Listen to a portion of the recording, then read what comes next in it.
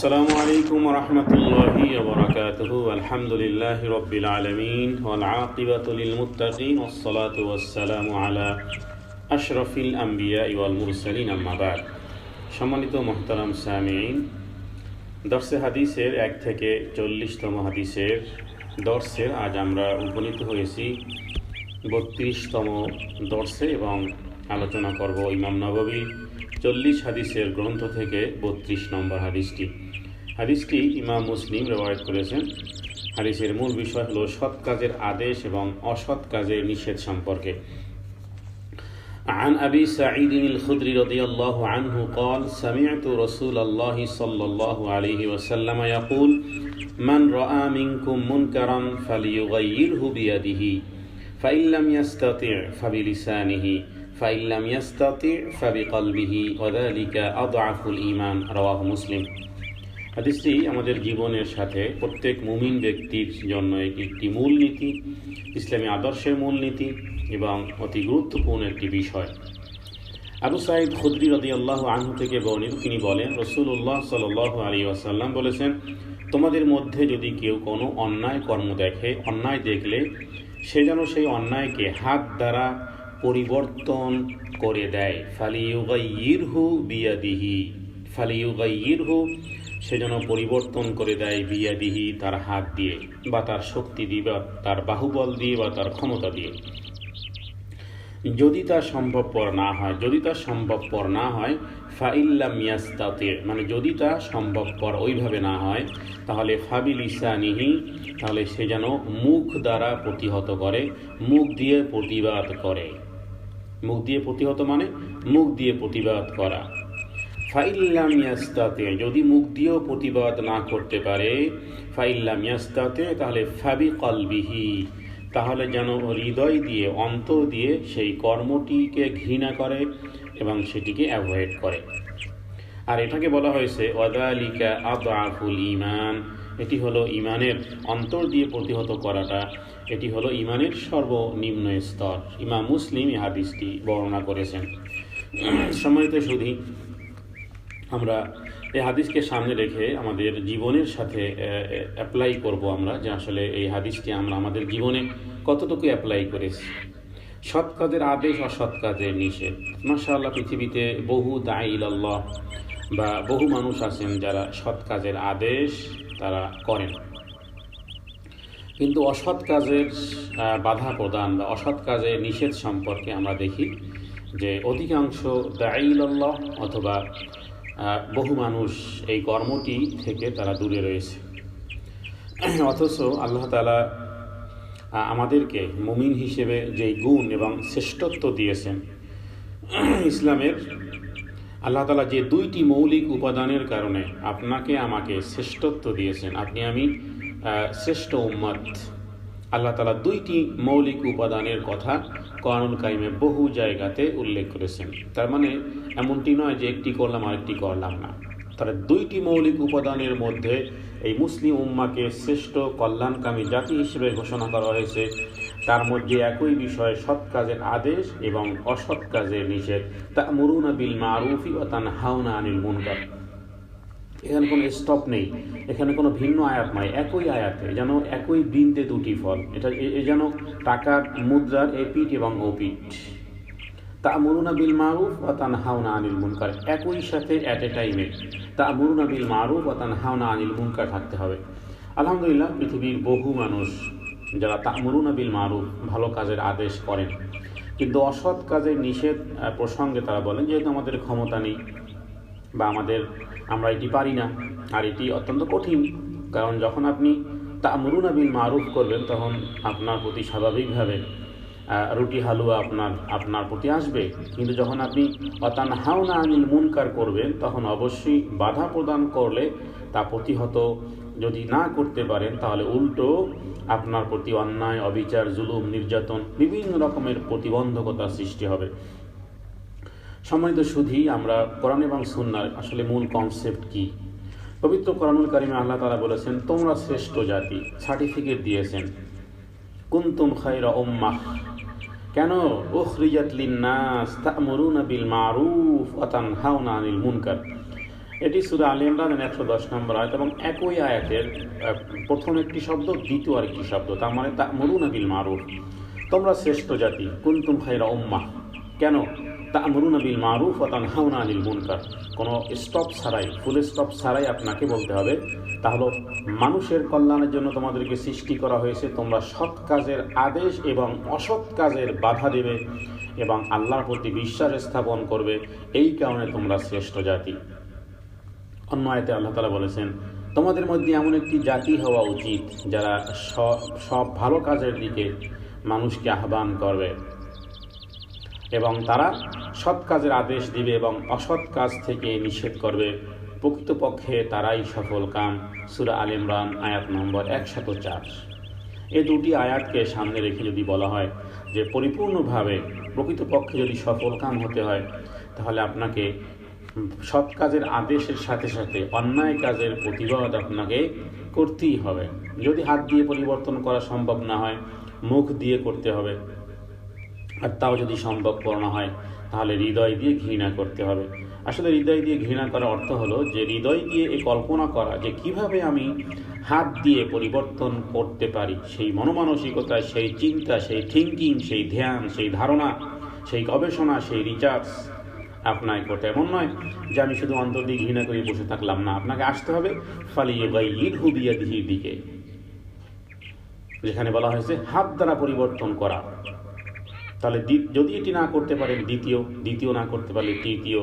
এখানে অন্তর দিয়ে ঘৃণা করে বসে থাকলেই হবে না, বরং চিন্তা করতে হবে, মানুষের সাথে আলোচনা করতে হবে, সমাজ গঠনের চেষ্টা করতে হবে, কিছু লোককে তৈরি করতে হবে যাতে করে ফালিয়ুগাইয়িরহু বিয়াদিহি করা যায়, হাত দ্বারা পরিবর্তন করা যায়। এটি একজন মুমিন হিসেবে আপনাকে আমাকে আল্লাহ তাআলা এই দায়িত্ব দিয়েছেন। মুমিনদের মৌলিক গুণাবলী উল্লেখ করতে গিয়ে কোরআনুল কারীম আল্লাহ তাআলা এভাবে আল্লাহর দিকে বারবার আগমনকারী, তার ইবাদতকারী এবং প্রশংসার উচ্চারণকারী এবং জমিনে বিচরণকারী, তার সামনে রুকু সেজদাকারী এবং সৎ কাজের আদেশ এবং অসৎ কাজের বাধা প্রদানকারী এবং আল্লাহর সীমারেখা সংরক্ষণকারী সম্পর্কে আল্লাহ তাআলা সূরা তাওবার মধ্যে 9 নম্বর সূরার 112 নম্বর আয়াতে আল্লাহ তাআলা মুমিনের গুণ উল্লেখ করেছেন। সুতরাং সেই মুমিনের গুণ আমরা কতটুকু পালন করতে পেরেছি, সেই প্রশ্ন প্রত্যেক ব্যক্তি তার নিজের দিকে করা উচিত। আল্লাহ তাআলা বলেছেন, মুমিন নারীরা মুমিন পুরুষের মতো এমন গুরুত্বপূর্ণ বিধানও, এমন গুরুত্বপূর্ণ বিষয় তারা পালন করে এবং কোরআন কারীমে উল্লেখ করা হয়েছে, মুমিনুনা ওয়াল মুমিনাত বা'দুহুম আউলিয়াউ বা'দ ইয়া'মুরুনা বিল মারুফ ওয়া ইয়ানহাউনা আনিল মুনকার। নারীদেরকেও বলা হয়েছে, শুধুমাত্র পুরুষ নয়। পুরুষ হয়ে আপনি এই কাজ করেন না, অথচ নারীদেরকেও আল্লাহ তাআলা বলেছেন। খুলুন সূরা তাওবা আয়াত নম্বর 71। আল্লাহ তাআলা মুমিন নারীদেরকেও এই কাজ করতে বলেছেন। তারা তাদের আঙ্গিকে থেকে করবে, পুরুষ পুরুষের আঙ্গিকে থেকে করবে। কারণ বলেছেন মুমিন পুরুষ এবং মুমিন নারী তারা পরস্পরের বন্ধু। কোন দিক থেকে বলা হয়েছে? তারা তা'মুরুনা বিল মারুফ ওয়া তানহাউনা আনিল মুনকার, ভালো কাজের হুকুম দেয় এবং খারাপ কাজ থেকে বিরত রাখে। এবার আসুন, তাহলে দায়িত্ব আল্লাহ তাআলা আমাদেরকে দিয়েছেন, আপনাকেও দিয়েছেন, আপনার স্ত্রীকেও দিয়েছেন, আপনার মাকেও দিয়েছেন, বাবাকেও দিয়েছেন, আমাকেও দিয়েছেন, আমার স্ত্রীকেও দিয়েছেন। তার মানে সৎ কাজের আদেশ, অসৎ কাজের নিষেধ নারী এবং পুরুষ উভয়কে আল্লাহ তাআলা দিয়েছেন। আমরা সূরা তাওবার 71 নম্বর আয়াত থেকে জানলাম, সূরা তাওবার 122-112 নম্বর আয়াত থেকেও জানলাম, যেহেতু এটি কোরআনের আয়াত। এবার আসুন, যারা সৎ কাজের আদেশ এবং অসৎ কাজের প্রতিবিধানে এগিয়ে আসে না, তাদেরকে নিন্দাবাদ জ্ঞাপন করা হয়েছে, লানত করা হয়েছে, অভিশাপ করা হয়েছে কোরআনের ভাষায়। আপনি যদি সৎ কাজের আদেশ তো মাশাআল্লাহ আপনি করেন, কিন্তু অসৎ কাজে বাধা প্রদান করেন না, মুখও খোলেন না, চিন্তা গবেষণাও করেন না, লেখালেখি করেন না এবং সেগুলোকে পাশ কাটিয়ে এগিয়ে যান, তাহলে এবার আসুন আপনি আল্লাহর কালামের বিধান অনুযায়ী আপনি লানত প্রাপ্ত, অভিশাপ প্রাপ্ত। খুলুন সূরা মায়েদা আয়াত নম্বর 78, আয়াত নম্বর 79, যেখানে আল্লাহ তাআলা কোরআনুল কারীমে ঘটনা বর্ণনা করা হয়েছে যে বনী ইসরাইল জাতির মধ্য থেকে যারা কুফরির পথ অবলম্বন করত, তাদের উপরে দাউদ আলাইহিস সালাম এবং মরিয়ম পুত্র ঈসা আলাইহিস সালামের মুখ দিয়ে অভিসম্পাত করা হয়েছে, কারণ তারা বিদ্রোহী হয়ে গিয়েছিল এবং বাড়াবাড়ি করতে শুরু করেছিল।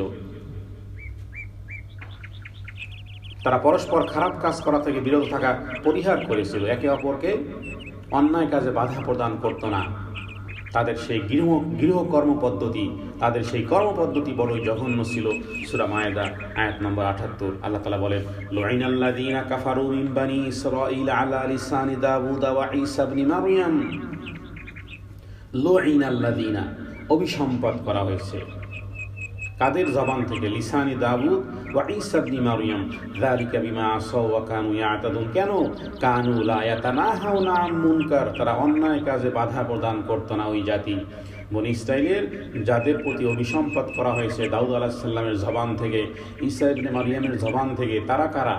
লা ইয়াতানাহাউনা আন মুনকারিন ফাআলু। অন্যায় কাজ দেখতো কিন্তু প্রতিবাদ করত না, বাধা প্রদান করত না। ওদের প্রতি অভিসম্পাত করা হয়েছে দুই নবীর জবান থেকে। এটি সূরা মায়েদার আয়াত। এবং আল্লাহ তাআলা বলেন, লাবিসা মা কানু ইয়াফআলুন। কত জঘন্যতম তাদের কর্মপদ্ধতি, কত জঘন্যতম ছিল। তাহলে এই জঘন্যতম কোরআন কারিমে যে জিনিসটাকে বলা হলো, লুইনা শব্দ ব্যবহার করা হলো, লিসানি দাউদ ওয়া ঈসা ইবনে মারইয়াম, নবীদের মুখ দিয়ে অভিসম্পাত করানো হলো।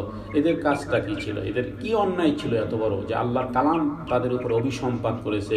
দুই নবীর জবান দিয়ে বদদোয়া করানো হয়েছে এবং সর্বশেষ কঠিন ভাষায় কন্ডেম করা হয়েছে, নিন্দাবাদ করা হয়েছে আল্লাহর ভাষায়। আল্লাহ বলেন, লাবিসা মা কানু ইয়াফআলুন। কত জঘন্যতম ছিল তাদের এই কর্মপদ্ধতি। সূরা মায়েদা 1 নম্বর 78 এবং 79। তাদের পিছনে মূল বিষয় হলো যে তারা অন্যায় কাজে বাধা প্রদান করতো না। দেখুন, একজন মুসলমানের পরিচয় শুধু এমনটি হতে পারে না যে শুধু নিজেরই কল্যাণ কামনায় ব্যস্ত থাকবে, ভালো কাজ করবে এবং খারাপ কাজ থেকে বিরত থাকবে। তার মানে শুধুমাত্র নিজের উপরই প্রয়োগ হবে তা নয়, বরং নিজস্ব পরিমণ্ডলে তার যাবতীয় কর্মতৎপরতা সীমাবদ্ধ থাকবে। অন্য কোনো ভালো এবং কল্যাণের প্রতি তার কোনো মনোনিবেশ থাকবে না। যদিও তার চোখের সামনে তা নিঃশেষ এবং ধ্বংস হয়ে যায়, এমন হবে না। এমনিভাবে তার চতুর্পাশে কোনো খারাপ কিছুর জন্ম এবং লালন পালন দেখলে সে তা এড়িয়ে গিয়ে নিজের চরকায় তেল ঢালার কাজে ব্যস্ত থাকবে। একজন মুসলমানের চরিত্র এটি হতে পারে না। সূরা আসর আমরা কি না জানি, ওয়াল আসরি ইন্নাল ইনসানা লাফি খুসর ইল্লাল্লাযীনা আমানু ওয়া আমিলুস সালিহাত ওয়া তাওয়াসাউ বিল হাক্কি ওয়া তাওয়াসাউ বিস সবর। এখানে সৎ কাজে ঈমান আনানোর পরে বলা হয়েছে সৎ কাজ করে এবং অন্যজনকে হকের উপরে থাকার এবং সবর করার উপদেশ দেয়। সূরা আসর আয়াত 1 থেকে নিয়ে 3 পর্যন্ত। এখানে দায়িত্ব দিয়ে দেওয়া হয়েছে যদি ক্ষতি থেকে বাঁচতে হয়। শুধু কি তাই? বিশ্লেষণের জন্য কোনো মৌলবীর ব্যাখ্যার প্রয়োজনীয়তা নাই। সরাসরি বুখারীর হাদিস আমরা দেখি তাহলে আরও স্পষ্ট হবে। রাসূলুল্লাহ সাল্লাল্লাহু আলাইহি ওয়াসাল্লাম বলেছেন, তোমাদের কেউ যদি কোনো খারাপ কাজ বা বিষয় দেখে তাহলে সে যেন হাত দিয়ে পরিবর্তন করে দেয়। যেটা আমরা এখন আলোচনা করলাম, এটি বুখারীতেও হাদিসটি এসেছে। তাহলে হাত দ্বারা পরিবর্তন করতে পারলাম না, তাহলে পরবর্তীতে মুখ দিয়ে, আর মুখ দিয়ে যদি না করতে পারি তাহলে হৃদয় দিয়ে চিন্তা গবেষণা করা, এবং এটাকে ঈমানের দুর্বলতম স্তর করা হয়েছে। রাসূলুল্লাহ সাল্লাল্লাহু আলাইহি ওয়াসাল্লাম যখন রাষ্ট্রপ্রধান ছিলেন মদিনার এবং শাসক ছিলেন, তা সত্ত্বেও তিনি জনসাধারণকে সকলকে এই মর্মে নির্দেশ দিয়েছিলেন যে যখনই তোমাদের কেউ কোনো খারাপ অথবা অন্যায় কর্ম দেখতে পাবে তখন সাধ্যমতো তা পরিবর্তন করতে এগিয়ে আসবে। এবং তার বক্তব্য ছিল, তখন তোমাদের শাসিত এবং জনগণ কেউ কোনো কিছু খারাপ দেখতে পেলে সে যেন সেটা পরিবর্তন করে। সহিহ মুসলিমের হাদিস নাম্বার 201। সুতরাং মূল বিষয় হলো যে অসৎ কাজে বাধা দিতে বেশ কিছু শর্ত শারায়েত রয়েছে।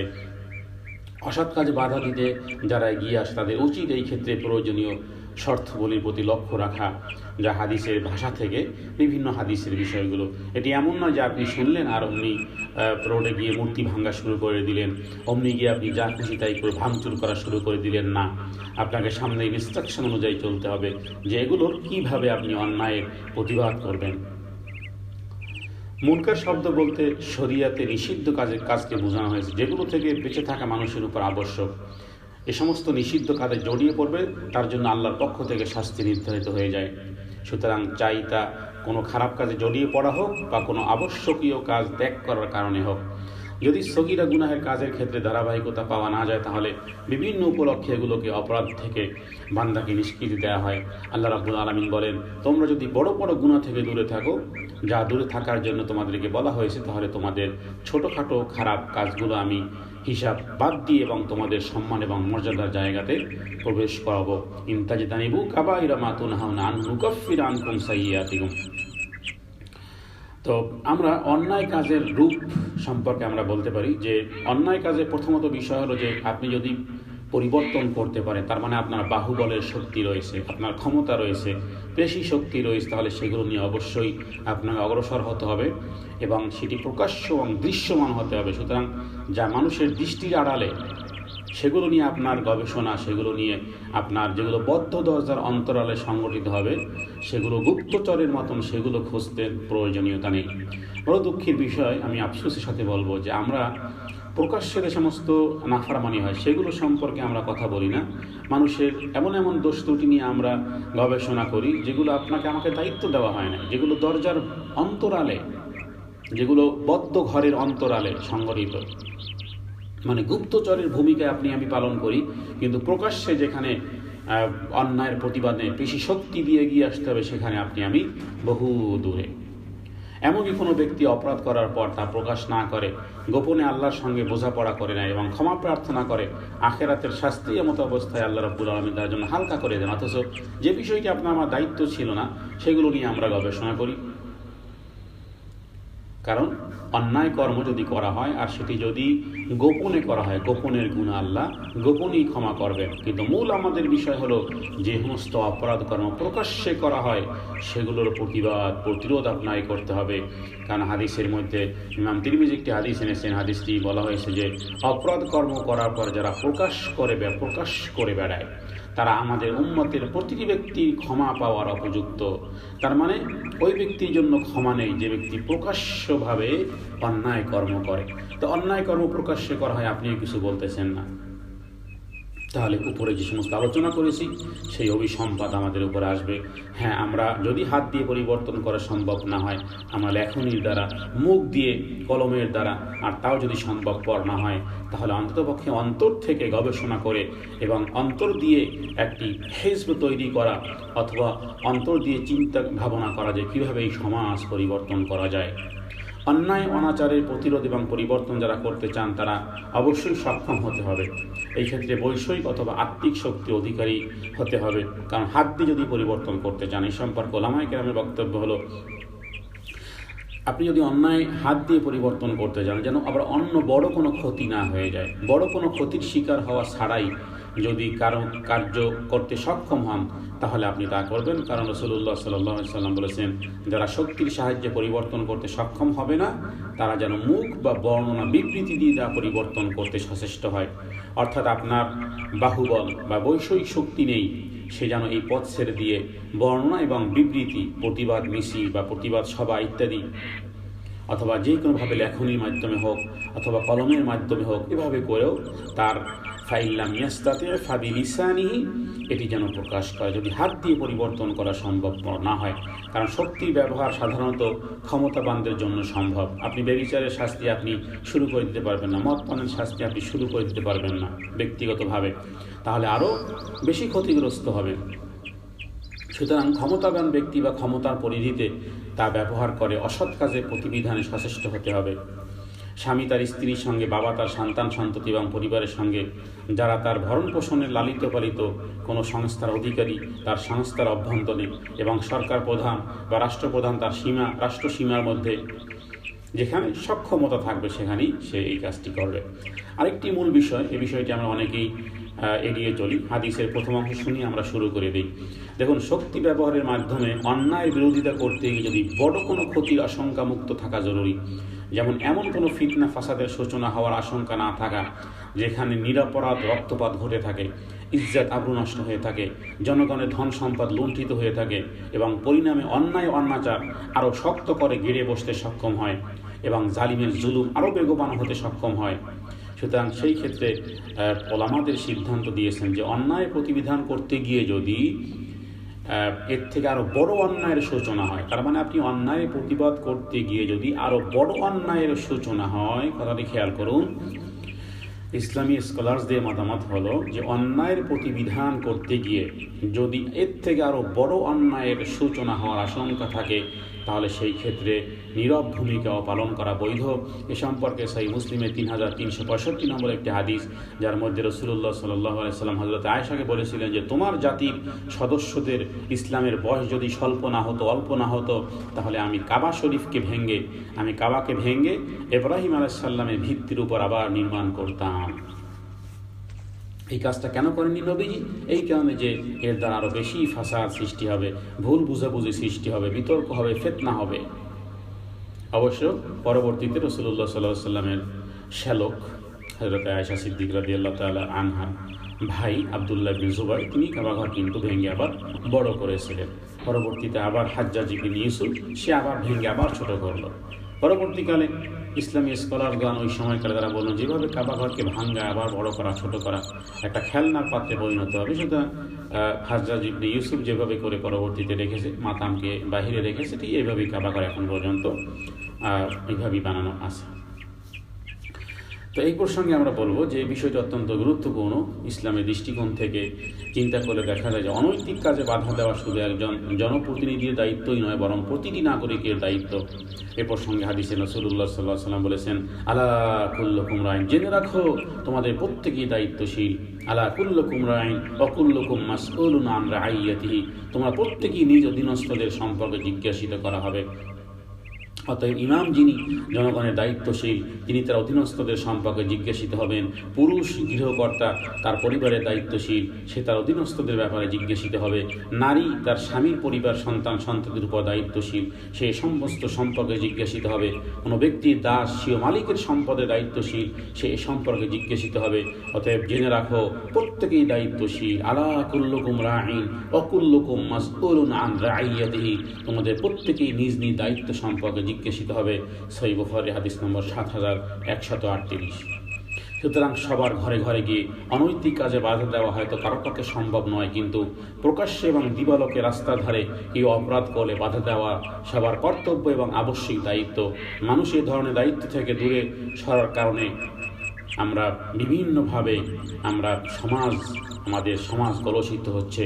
সুতরাং আমরা আল্লাহ তাআলার কাছে সব ধরনের প্রতিহিংসামূলক কর্মকাণ্ড, অন্যায়, অবিচার এবং বিভিন্ন রকমের অপরাধ সম্পর্কে জানা, আমরা আমাদের যতটুকু দায়িত্ব রয়েছে সেই দায়িত্বের মধ্য থেকে যাতে করে আমরা প্রতিবাদ করতে পারি। আল্লাহ তাআলা আমাদেরকে তৌফিক ইনায়াত করুক। হাযা মিন্নি আল ইলমু ইনদাল্লাহ, আল্লাহু আ'লামু বিস-সাওয়াব। ওয়া সাল্লাল্লাহু আলা সাইয়্যিদিনা মুহাম্মাদিন নাবিয়্যিল উম্মি ওয়া আলিহি ওয়া সাল্লাম।